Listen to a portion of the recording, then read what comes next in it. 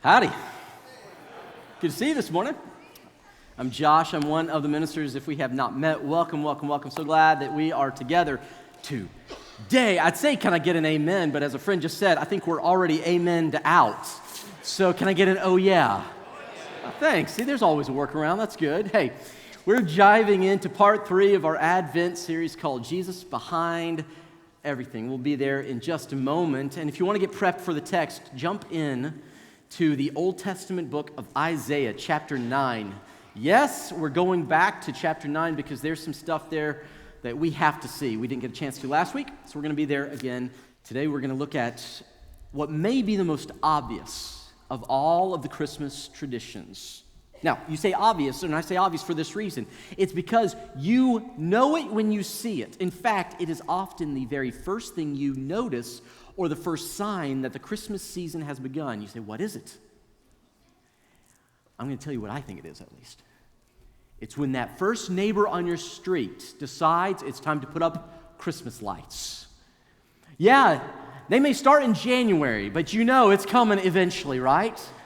And then other people begin to add Christmas lights to their house, and so lights become this synonym for Christmas. We put lights on everything. We put lights on trees. We put lights on houses, on cars. I've even seen people put lights on their pets, which is funny on a whole nother level. See little schnauzers blinking as they're walking by. I get tickled by that. So this is part of what it means for a lot of us to experience the fullness of Christmas. But here's the question: where in the world did we come up with the idea to put miniature lights? I mean, think about this, okay? It would be weird if you did not grow up with this. Why in the world do we take little miniature lights, cover it over our bushes, our front doors? Why do we bring a tree inside, put it on top of the tree? Why do we put it all over these places? Where did that tradition come from? So I want to take you back a couple thousand years to the origin of this tradition, and then I want to peel back even further and show how this tradition ultimately points to someone behind the tradition. So let's begin with the history. Where did it begin? Perhaps the very first place that we see the roots or the embers, if you will, of this tree lighting and all the lighting goes back a couple thousand years to pagans who would light the annual Yule log. How many of you know what a Yule log is? Show of hands. Yeah, exactly. It's not something we do, so let me tell you. The Yule log is just a giant log that they would put inside of their home fireplace or the community's fireplace or fire pit. And it was the time of year during the darkest day or days of the years, that's when they would light it. Now, many people will tell you that they would believe that if you could count the sparks, the more sparks you could count within the first few moments of lighting it, the greater your luck in the next year, the more sparks. Isn't that nice? I guess if you have poor eyesight, not so much luck, so not good for you. You're unlucky in a lot of ways. Now, they did it during the darkest time of year, specifically around what is called the winter solstice. The winter solstice is the shortest daylight day of the year. It's when the nighttime gets longer, darker, and you have fewer hours of daylight. Now, the ancient pagans believed the cause was not the cosmology and the moving of the earth and the planets and all that. They believed the cause was that their sun god had gotten sick, and so couldn't hang out in the day as quite as much. So evidently the sun god got sick in the winter. I mean, if that isn't funny to me, anyone else, that is great. So they forgot their Tamiflu, they didn't get their flu shot, whatever it was, and so they would light the Yule log as a way of almost like, we believe in you, Tinkerbell. Let's clap for our God, right? And the hope was that God would come back and be stronger, and God would, and everything's great. That is the origin of where people began to light lights during the darkest season of the year. Now, fast forward, Jesus has come on the scene. He has died. He is resurrected. And now, word has begun to spread that there is one who is God, But he doesn't get sick in the winter. In fact, he is not only more powerful than germs, he is more powerful than death, for he has now conquered it. And people begin to light candles. They begin to put up lights to remember that we do not serve a God who is dead or sick, but a God who has defeated death itself. And so Martin Luther, the great reformer, one night, I shared this with you, on the way home, looking up at the stars, he's putting together a sermon, but he's watching the stars above the trees, and so enraptured by what he saw, he goes home, puts a tree in his living room, and he attaches candles to its branches and quickly lights it, and the children see it because he wanted them to see just a glimpse of what he saw, the brilliance of the night sky.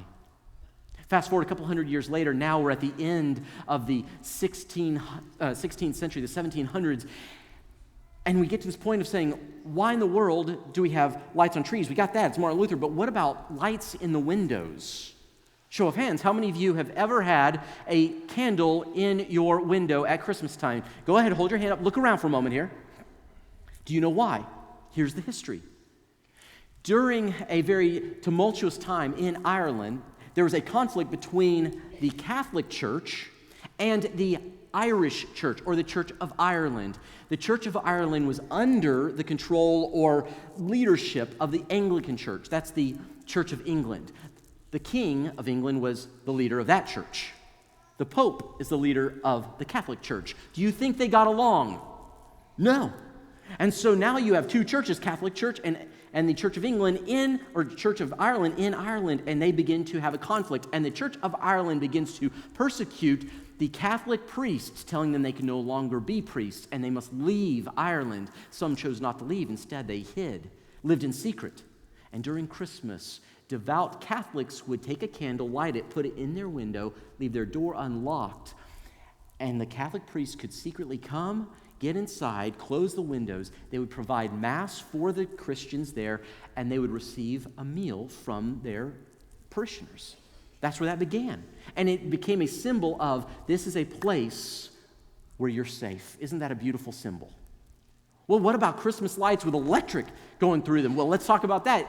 Fun fact, the very first dude to ever string Christmas lights or lights outside, Thomas Edison, 1880. He's the guy who did it. He did it outside of his shop just to get a little more publicity, and it worked. Now, in 1882, the first man to string lights on a tree was a man who worked for him. His name is Edward Johnson. Edward Johnson took 80 little bulbs and he hand-wired them together. They were red, white, and blue. He put them on a tree, and he put the tree on a pedestal in a front window of his parlor so everyone in the streets could see it. And on this pedestal, it would spin slowly. He invited a reporter over. The reporter was just blown away. A crowd gathers, and they take off like wildfire. Sorry, the pun. And so what they began to do, they tried to sell these. The problem is, in 1900, according to some numbers, you could buy Christmas lights for your tree. You could get a 12 or a 16 lights on a strand, and it would cost you $12. You say, what's the big deal? That's the equivalent to $350 today.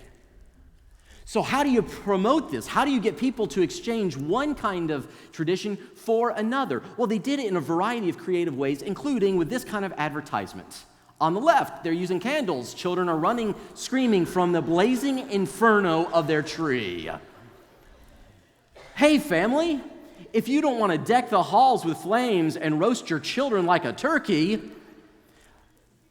buy our bulbs, and they will sit under the tree enjoying their toys instead of running from it in flames. So do you want hell on earth or heaven on earth?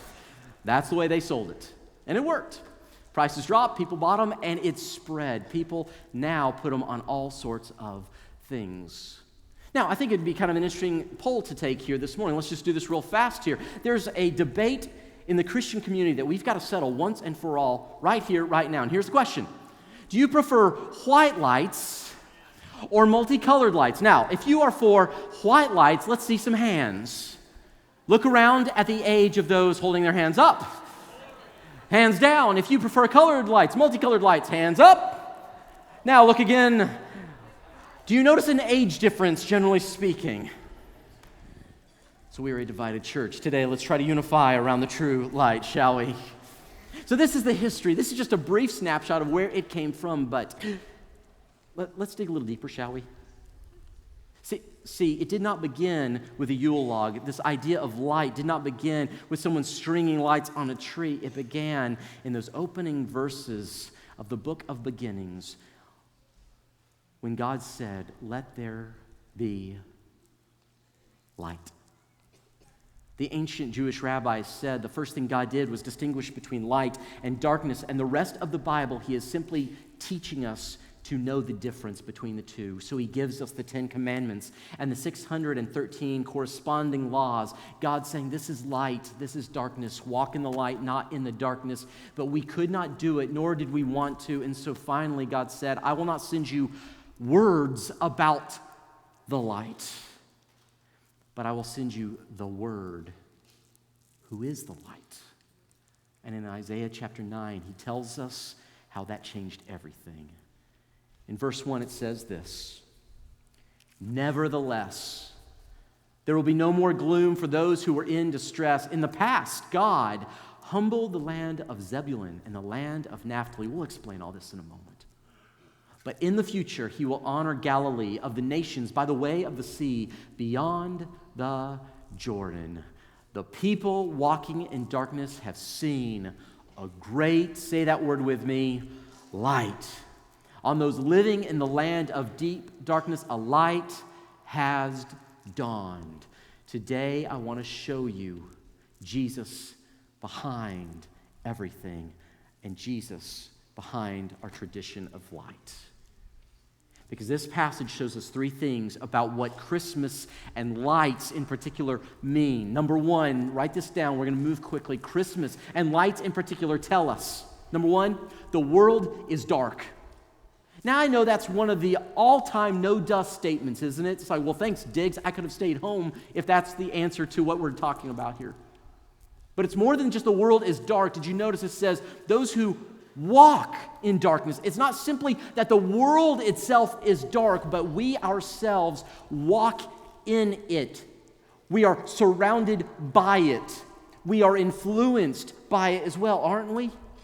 In fact, here's the scary thing. We walk in darkness so long, our eyes and our very souls become accustomed to the darkness, doesn't it? You ever walk into a dark room?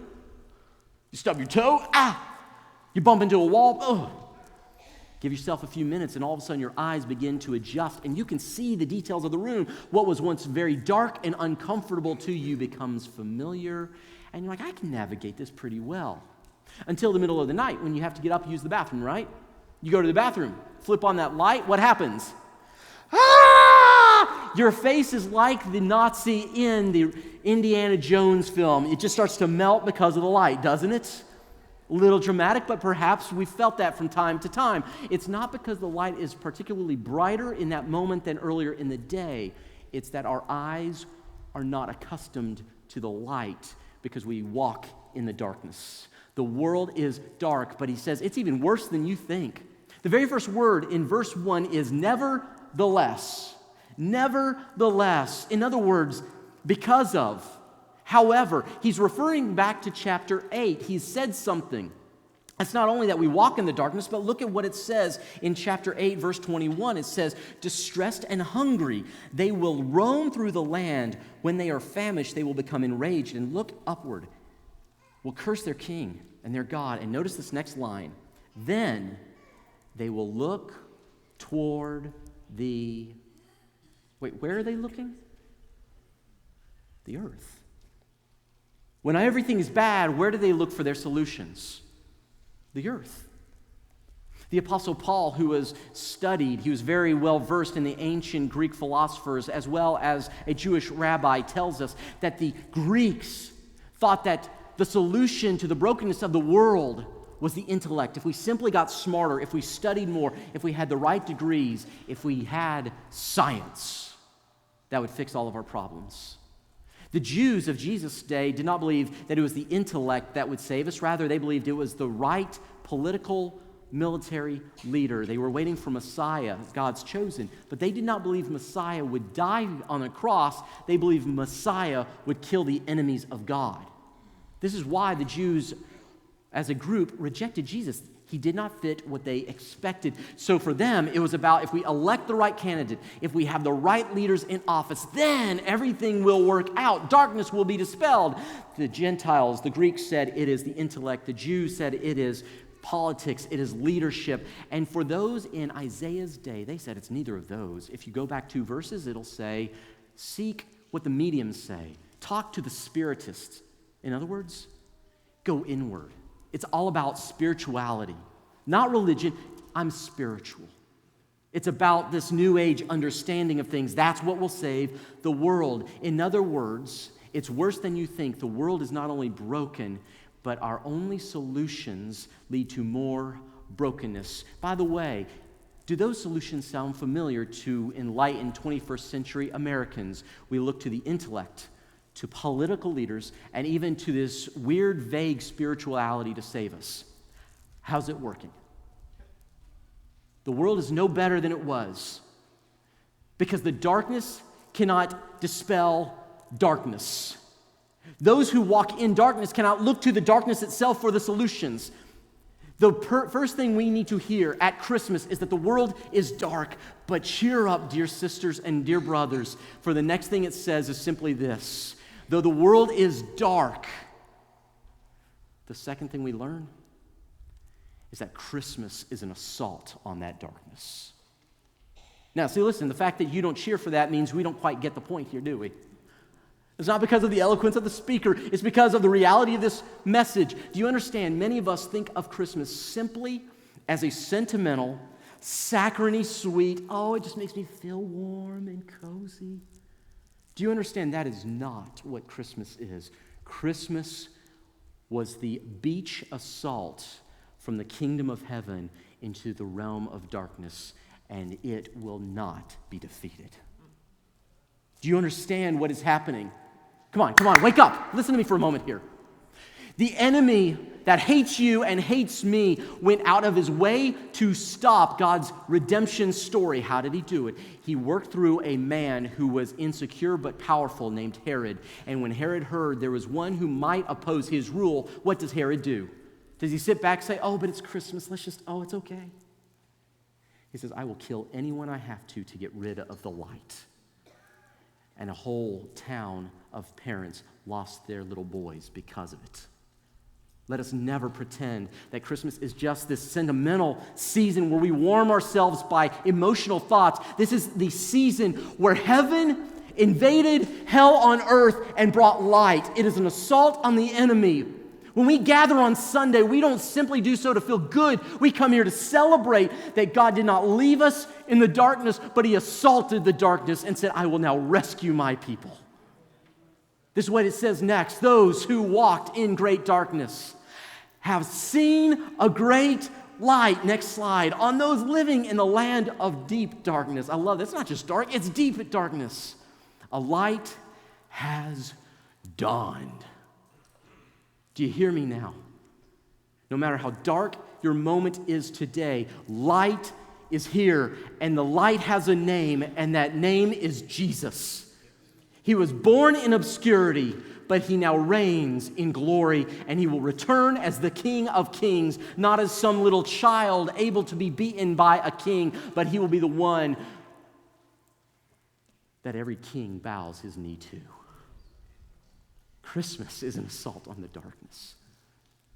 That word, by the way, for light is the Hebrew word nagah. Everyone say nagah. It's this idea of just like a shining light, like an explosion of light. And do you notice the darkness does not create the light? The darkness does not even discover it like, well, we found it under this rock. It's right there. The light came to us. The light burst forth. And even those in deepest darkness, as though in a dark room, the light came on. They could not escape it. He is here. It's that moment when nighttime realizes that morning has won, and darkness now must flee. Christmas lights, when you see them, don't you think just sentimentality? The world is dark. Christmas is an assault on that darkness. And are you ready for the last point? Say yes. Here we go. Jesus' light will win. When you see this, when you see these lights, yes, they're pretty. This is not just to say, oh, isn't it nice? Every time you see this, you remember that Jesus' light wins. The darkness doesn't get to win. The story does not end in entropy and destruction and the silence of the stars. The end is the return of the King of Kings. And I want to show you how this text tells us that. It's actually in verse 1. Let's go back now a verse. Nevertheless, there will be no more gloom. Notice that, it will be. See, Isaiah is writing to a group of people 800 years roughly before Jesus is born. And the people of Israel are in deep distress. They are being pressured from the north by those who hate God and want to take them over. And he says, it's a dark time, but there will come a time where there is no more gloom for those who were in distress. He goes on to say, in the past, God humbled the land of Zebulun and the land of Naphtali. Now, what in the world? Let's do a little map study here, shall we? This is a picture of the 12 tribes of Israel during the Old Testament, during roughly Isaiah's day. The borders shifted over time a bit, but this is roughly it. Here's what I want you to see. Do you notice where Zebulun and Naphtali are? They're in the north. Why is that significant?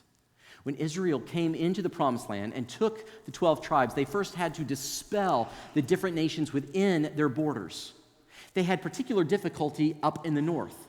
But even though they were able to gain a footing, it was from the north that outside empires would come and attempt to take them over. And it was from the north that places like Assyria and Babylon, does anyone recognize that name, came in and took over. Who experienced the fall of darkness first?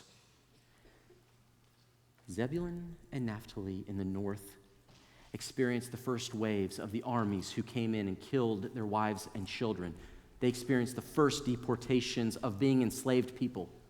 They're the ones who hid as these enemies took over their land. They were the one whose wives and daughters were taken, who were made to bear children. And so now they're not even a pure people, but they are an interbreeded people. Now those in the south, the other tribes, look upon Naphtali and Zebulun with disdain because they're not even pure breeds. They were the ones who experienced the darkness first. But here are the rest of the verse. Are you ready? But in the future, God will honor, not Zebulun, Naphtali, Galilee of the nations. Where's that? It's right there. Why is this significant? This is where Jesus began his assault in his adult ministry. The place where darkness fell first, he pushes it out first. Do you understand where we're going here, family? See, I think too many of us come on Sundays and we have this superficial understanding. We believe God loves us in a generic sense, but me personally, no, there's too much darkness. God can heal us generically, but no, not me personally. And so 800 years before Jesus arrived on the scenes, God, through his prophet Isaiah, says, I am coming to where the darkness struck first, where it got its foothold, and I will break it wide open. I will burst it out. The things that are darkest in your life that have the foothold first, God says, I am not a God defeated by that. I'm the God who runs to those dark places and defeats the darkness. And Christmas reminds us of this. He says, it's in the way of the sea. The way of the sea was the district around the Sea of Galilee.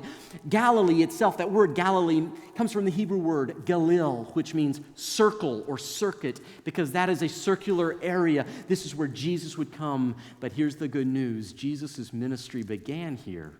Light started here, but light did not stop here. Jesus will win, and Jesus' work, Jesus' light will spread. This is the promise.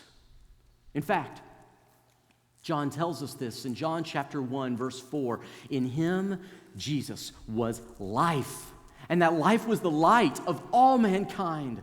The light shines in the darkness, and the darkness has not overcome it.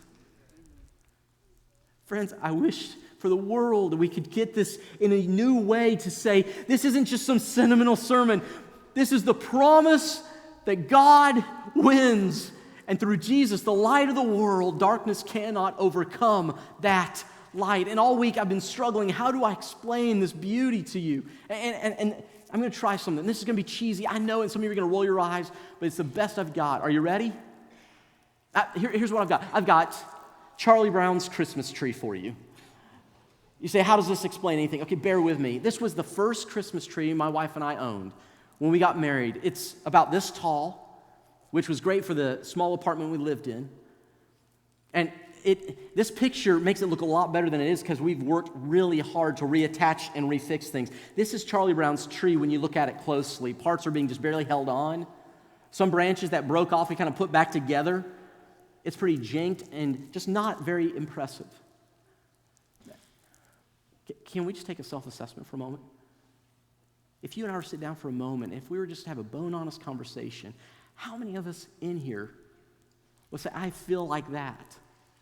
I'm not impressive. There are parts that are broken that you can't really tell because I've done my best to scotch tape them back together. There's nothing attractive. I don't even measure up to the average around me. What do I have to offer? And so what do we do with these little things at Christmas? We don't leave them this way, but we do this instead. And this doesn't even do justice for the in-person, but this little tree, the imperfections, all the things that were wrong with it, somehow when light is wrapped around it, the imperfections fade away and its beauty comes out. In fact, this is the tree every year that as a family we hang. It's upstairs in our room. We still have it. And we hang our ornaments about the coming of Jesus on this tree. Because when Jesus comes, he takes the worst and the darkest and the least perfect among us, and he works in us. But unlike a tree whose lights can be taken off, and whose lights at best cover up the imperfections, God's work is not simply an external one that we look good when we come on Sundays. His work comes inside of us and shines through us, so much so that God himself, Jesus Christ, light himself, says these words. Now, not only am I light, but he says, you are the light of the world. And how is that possible, Jesus? Have you not seen me? He's like, because I work miracles. I enter the dark spaces and I don't simply cover over. I clean out and I bring light. And so now you, dear brothers and sisters, are the light of the world. I'm not telling you this. The original light is saying this. You are the light of the world. So, this year as you see Christmas lights, whether they're beautifully adorned or gaudy, may they remind you of the light that was prophesied, and the light who has come, and the light who will come again. May that give you the confidence to let your light shine, because the light wins.